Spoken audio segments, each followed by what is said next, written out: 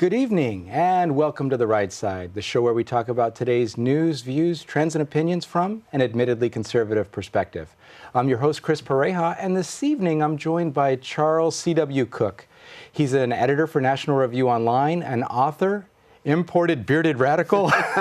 Charles, welcome to the show. Thank you for having me. So tell us a little bit about your background and what brought you to the country and to the National Review Online. Well, I came at the same time I came to America. I came to National Review. I applied for an internship.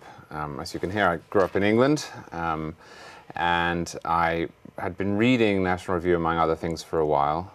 One evening, I had a few glasses of wine with my dad, went upstairs, a few bottles of wine maybe, and saw that they were advertising for a summer intern. I thought I could do that. That would be fun. So I wrote to them and said, I think I could do that and it would be fun. And they wrote back and said, okay. So I came over for a couple of months, which turned into a year, which turned into a green card, which turned into being a full-time writer, which now turned into being the editor. It's interesting because you wouldn't normally think that a reputable conservative type of a publication would be drawing employees, interns, and other things from less conservatively oriented countries. Yeah. But how did you find it? What brought you even to reading that type of illicit material? Well, I mean, the internet obviously helped. It wasn't as if it was on the kitchen table every morning when I was a kid. I think it was the 2004 election. I was at university, and the Bush v. Kerry election really heated up. In England, we cover these elections obsessively. In fact, we probably pay more attention to them than to our own, partly because they go on for so long, unlike English elections. And it just struck me that the election was being covered in a very one-sided way. And so I started looking for other perspectives on it, not with a view to anything in particular, just to expanding my portfolio. And I found National Review, of course, and then I started sort of reading it as my guilty pleasure every day, which I've continued to do now for, well, I suppose that's 15 years ago, almost. And then, of course, you start quietly agreeing with it, but not quite acknowledging that to yourself until you're too deep into the cult to leave. And so, as we were talking before the show, you said that there were a number of thought processes that you kind of grew up with that have evolved over time. And in the things that you cover for National Review Online, you tend to go after things that are First Amendment related, Second Amendment related, federalism related types of topics. Yeah. But it's kind of a contrarian opinion from what you grew up with in many of these cases, right? What prompted that? Well, I wasn't very political. I'd inherited a lot of political views that I'd never really challenged, but I didn't know much about it. In fact, somewhat embarrassingly, before 9/11, I didn't know who the American president was. I mean, I'd known who Bill Clinton was because he obviously became famous in 1998, but I didn't really know anything about politics. And when I was at university, I became interested, and I discovered a bunch of ideas that were at odds with those that I had just assumed were my own.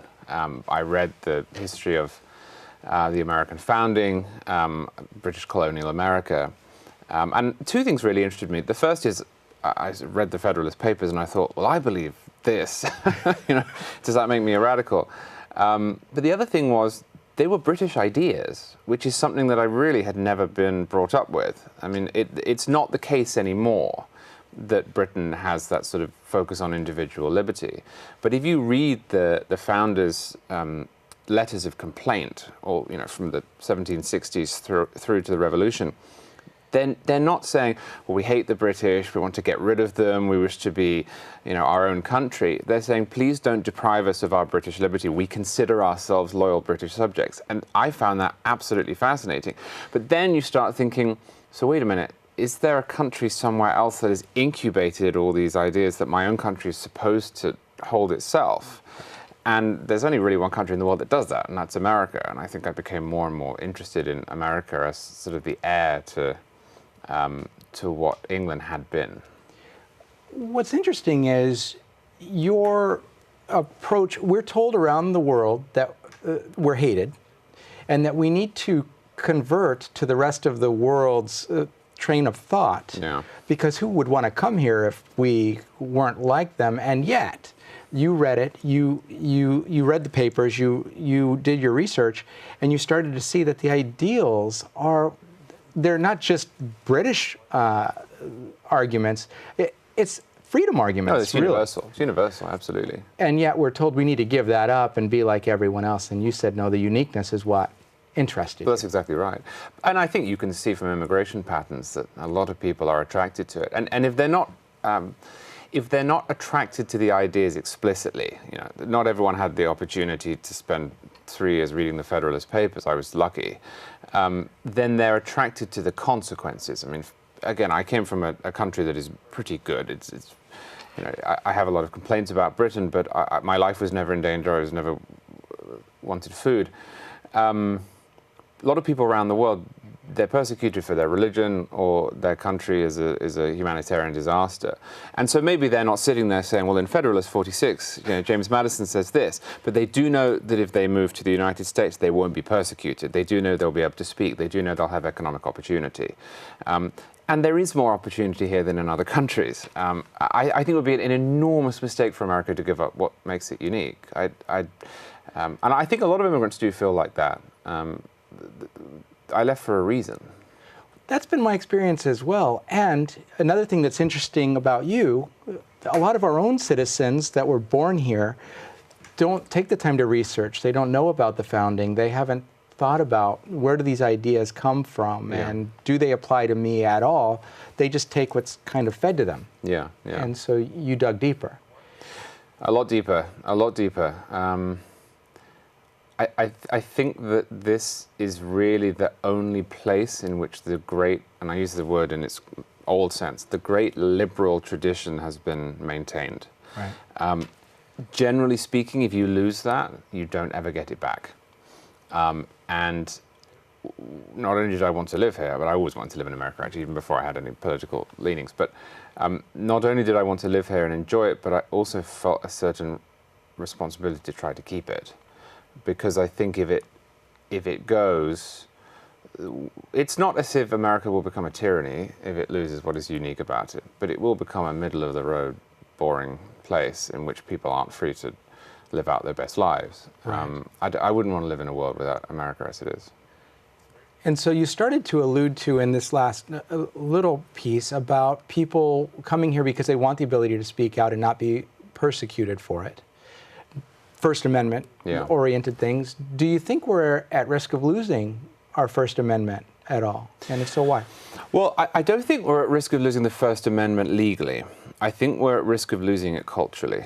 The Supreme Court has routinely upheld challenges made by those who are upset at government censorship, 9-0. I mean, this is actually one of the few issues where the so-called left of the court and the so-called right of the court tend to agree, with a few dissents here and there, but it's overwhelming in every case. It's probably safer legally than it has been at any point in American jurisprudential history. Culturally, it is probably most at risk, maybe more so than it's ever been, because there is much less acceptance now, especially in organizations that dominate the culture, of what I would call the right to be wrong. You know, the old test in America was, would you think a neo-Nazi should be able to speak? And people generally understood that, well, of course everyone hates neo-Nazis, but that doesn't mean you take away their First Amendment rights. Now there is a tendency to argue that if you're defending their right to speak, you're defending them, you're defending their ideas, you're even endorsing them. Right. And that's very, very dangerous. I think also when it comes to what we've seen on college campuses, there's a view that we shouldn't be treated as individuals with First Amendment rights, but as groups, and we should be pushed into a hierarchy of oppression and privilege, and that should determine how and when people should speak, which is, of course, nonsense. And that's deleterious to a culture of individual rights. And it's interesting in the way that cultural push is occurring. You see when someone says something someone doesn't like, now there's a boycott, so they try to go after them financially in other ways if they can't do it through the courts. Yes. And is that one of the ways that you're talking about it shifts, the cultural shift is happening that puts it at risk? I think so. I mean, because it's an instinct that I don't understand. People say silly things all the time. I don't know at what point we lost our capacity to roll our eyes or just to laugh at them. I mean, mockery is a great tool within the First Amendment context. Right. You don't need to ruin someone's life. You don't need to call up their employer or take away their advertisers or get them fired from a university or push them to the margins of your social group. And it also makes us flabby thinkers. I mean, I often tell people this, that when I was at university, I once had this long debate over drinks with a socialist, and I didn't know enough about politics to really engage in it, and he just completely destroyed me, as the internet would say. I mean, he just wiped the floor with me for 2 hours, and it was one of the best things that ever happened to me, because I thought, I've got to get a lot sharper, I've got to understand what I'm talking about. But if he had been silenced, or I had said, well, I won't speak to him because he's on the other side, because I find his ideas offensive, I would have remained much less able to articulate my own point of view. Right. That's a huge problem for a democracy. So I think that legally we're fine, but culturally we're really going down a dangerous road. Were your feelings hurt? Did you sue him for it? I didn't sue him for it. I guess now I would have tried to have him expelled or something. You have to have him thrown out exactly. And banned from bars where you might be present. Right, exactly. Because you don't want to be offended. Exactly. I have to set up my own space. Right. So another idea that you've evolved on, you came from a very anti-gun kind of country, and now you're talking about defending Second Amendment rights. How did that transpire?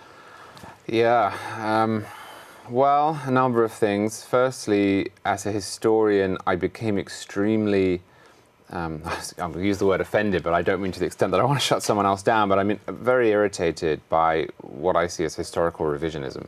If somebody wants to repeal the Second Amendment by the constitutional process, that's fine. If they don't like guns, that's fine. If they want more gun control, that's fine.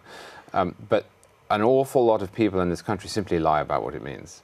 They pretend it's not an individual right, or it gives you the right to join a militia. And as a historian who studied this in detail, that is absolute nonsense. It's like moon landing trutherism. I mean, it's just a rewriting of history. So that took me away from my sort of reflexive idea that the Second Amendment was peculiar. And especially the more you read about the founders, I mean, they were violent revolutionaries. Also, just reading about the issues around firearms. Does gun control work? Is there such a thing as an assault weapon? I think the fact that we've seen a doubling of the number of guns in private hands in America over the last 30 years, a loosening of the laws almost everywhere, not California, but almost everywhere, at the same time as a 50% reduction in gun crime, in crime in general, an era of peace.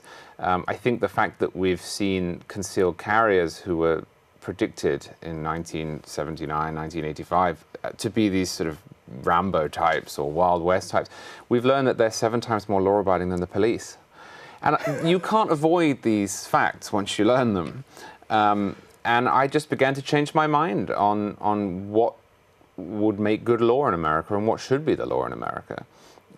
It was a slow process, but I went from wanting to ban all guns to owning a good number of them. And it's just based on research? Because a lot of the facts that you cited are ones that we don't hear in the media. Or if we do see them on internet posts or something, they'll get squashed in a hurry to kind of change the narrative. And that goes back to the revisionism of fact. Yeah, I do think it's fact, but I also think there's a philosophical element to it. I mean, one of the things that struck me early on, and you really get this from reading the founders, is you can't be a free man if the people you employ, politicians, can turn around and disarm you. It doesn't make much sense to say, you may take away from me the final check I have on your power. Right. And that had a profound effect on me the more libertarian I became. And I think that it's one reason why people who believe in individual rights and in the sanctity of the individual tend to be in favor of the Second Amendment, is because it's just not good enough to throw aggregate statistics at somebody who believes his or her life is in danger. And when you combine that with the facts within the gun control debate, I think it's difficult not to come out of a lot of study at least being skeptical towards much of the rhetoric we hear on television. Right. Well, working from inside, I would say, alternative media, you have contrary views.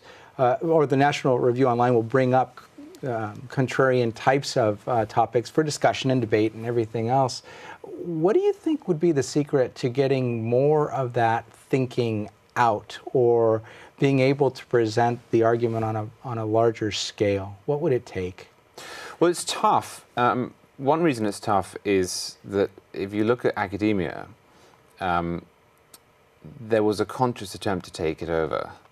I think with the media, I think a certain sort of person gravitates towards it. I think it's a self-selection problem.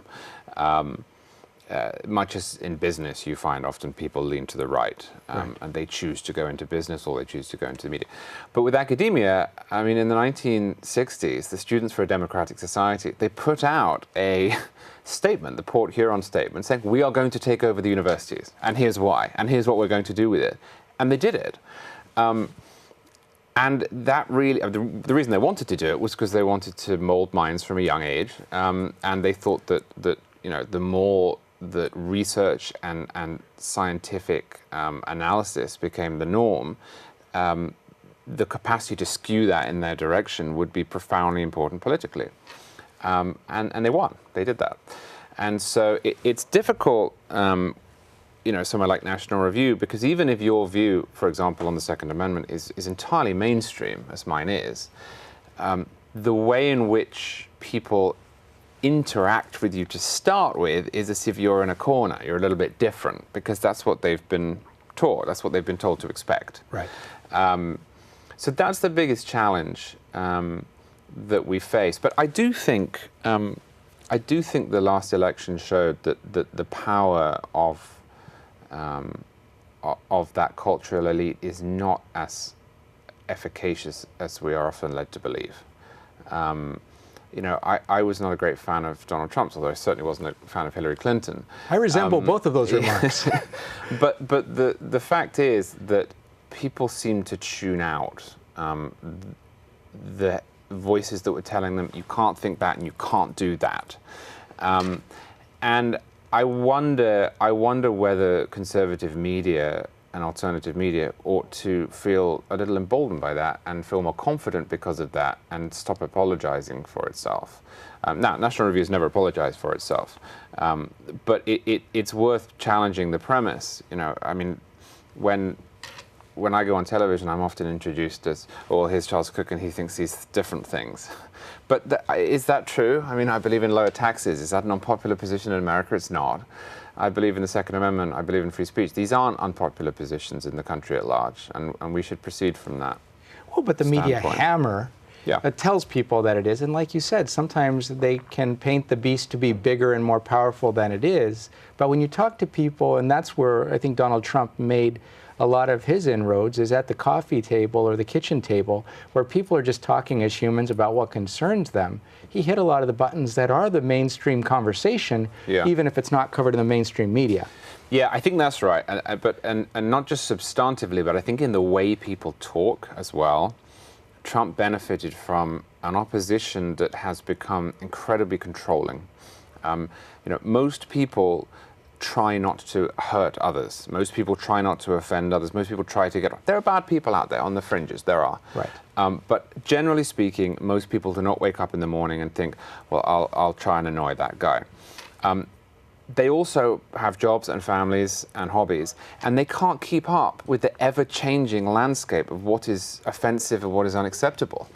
And I think that helped Trump purely in the sense that he seemed to be the guy who didn't care if you used the wrong word. Right. Again, I just want to be very clear. I'm not saying people who, you know, would say the N-word at an African American, that's utterly unacceptable. Right. I'm not talking about people who wish to hurt others. I'm just saying that there are a lot of people who want to talk about current affairs and don't know the lingo that has been approved last week at Berkeley. Right. And Trump, I think Trump kind of appealed to them. And I think increasingly there is a frustration with the way in which we've been pushed into boxes and told where the parameters of acceptable discourse are.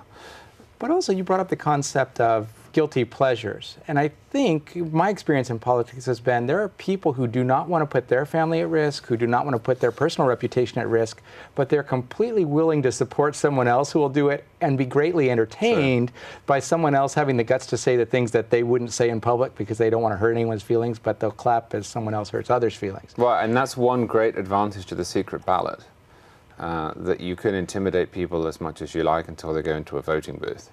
And that's been true long before Trump. There is social stigma attached to holding certain views. Sometimes it is entirely appropriate. Often it's not. Right. And it doesn't translate politically. Right. There's always that question. Well, how could that person have won? Everyone I know is against him, but they're probably not. Right. The privacy of the voting booth is right. Magic, and that's where you see things like people trying to take away that privacy. They want people to present their ballots out in the open, where you can get a little bit more of the peer pressure or the group think to manifest. Yeah, especially with unions and card check. Right. Right. But luckily, there's no historical example of unions ever bullying anyone, so we don't have to worry about that. Especially not in California or any place like that. So we're just running a little short on time, but in a few words, one of your recent publications, your own book, The Contrarian Manifesto, give us top 3 things you want people to leave with from that book. The main point in the book is that we are a very diverse nation, and that means a lot more than people's skin color. Really? Religiously, geographically, politically, culturally, this is a nation of many different people who have very different conceptions of the good life. And luckily, we have a system in place that can accommodate all of them. The federal system is there so that Massachusetts can be a different state than Texas. California can be a different state than Wyoming. We don't need to impose everything from the center. We don't need to cry every election night when our federal elections go the wrong way, regardless of our perspective. And I think we've forgotten that, and I think that if we moved back toward that, we would be a lot happier with one another. Right. And just talking about all the things that make us unique, it doesn't have to be a bad thing. No, it's not a bad thing. You see, I would argue it's very much not a bad thing. Right. The fact that the Mississippi Baptist and the Brooklyn hipster can live in the same country is great. They shouldn't be spending their time working out how to crush each other. Right. I want to live in a country like that. I mean, it's one of the lovely things about America. When you drive across it, you see how different it is. You drive from New Orleans to Los Angeles, my goodness me, what do you see? Yeah. You see 10 different countries, probably more. Right.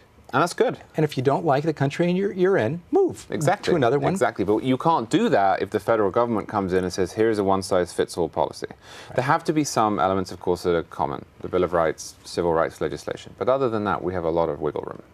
Excellent. So I'm sure many people will be intrigued by your thought processes. How do they find out more about you? Well, they can go to nationalreview.com, or there's a lot of information on my own website. It's charlescwcooke.com. Or they can go on line and find my Twitter account, which is @CharlesCW Cooke, and go from there. And just so people can spell Cooke correctly? It's a C-O-O-K-E. Perfect. Thank you for joining us, Charles. If you'll hold on for just a moment, we'll be back after a word from our underwriters, the Liberty Forum.